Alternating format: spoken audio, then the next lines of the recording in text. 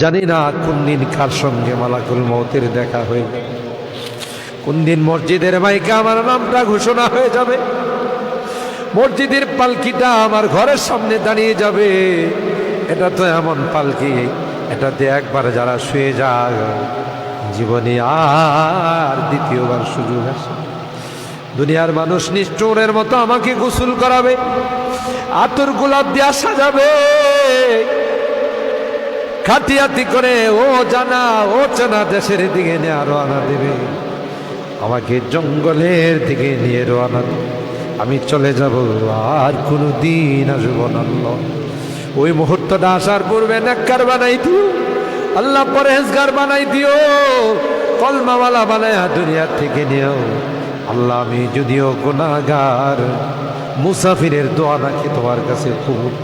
সাদা দাড়িওয়ালাদেরকে নিয়ে হাত উঠেছি আল্লাহ, আলেম উলামাদেরকে নিয়ে হাত উঠেছি, পর্দার আড়ালের নেককার দিনদার মা বোনদেরকে নিয়ে হাত। আল্লাহ যাদের হাতখানা পছন্দ হয় সেই হাতের ওসিলায় আমাদের দোয়াগুলো কবুল করেন।